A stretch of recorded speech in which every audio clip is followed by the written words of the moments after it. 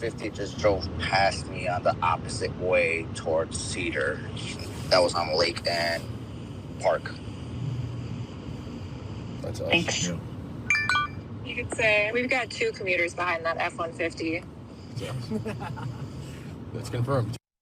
All right, so what are we looking at here? Well, that was independent journalist Cam Higbee. We've had him on this show recording anti-ICE crazies following him, thinking that he was ICE agents in this wild story allegedly involving prominent figures on the left in Minnesota who could be involved in this secret signal group chat tracking ICE agents and independent journalists like our next guest, instructing protesters on where to go. The group chat could also involve 2 Minnesota state officials and a Tim Walz advisor.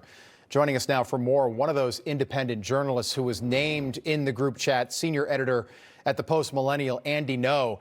Andy, great to have you back. Can you tell us more about what you're learning about what is really going on here?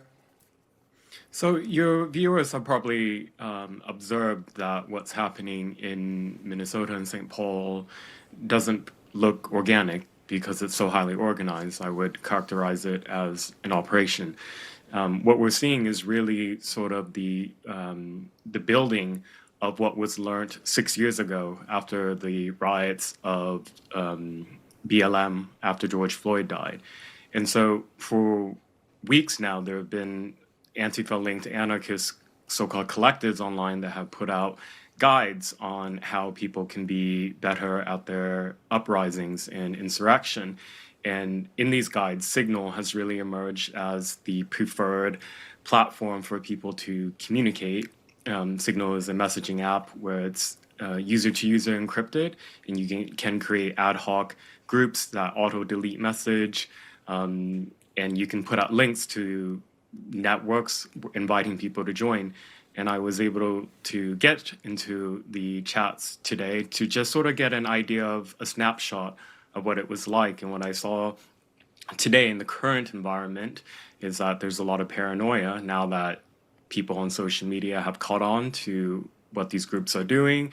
So they're accusing one another of being feds or being compromised. They're kicking people out. They're trying their best to cross-reference people who join and to weed out so-called infiltrators.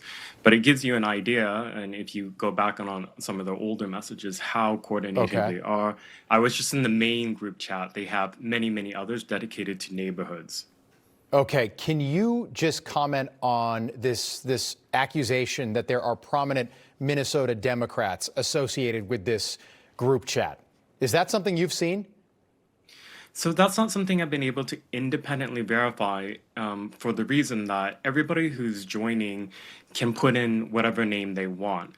So if there's a name that potentially an associated picture that has a potential association to a real life person, politician, or Democrat political operative, it's possible that somebody could be using that. So just out of the abundance of caution, I'm not verifying it myself. Nope, I understand that, and I just think we're trying to connect the dots here, and obviously this is not something that I am accusing, but the fact that this guy was out there Saturday with a gun, with extra ammunition. Look, I know a lot of legal gun owners, and I'll tell you what, I don't know any legal gun owner that would do what this man did. It's all on camera on Saturday. And the question now is, was he part of something like this? Was he part of an organization that might have sent him out there? Take a look at this. This is a guy who could be behind all of this group chat.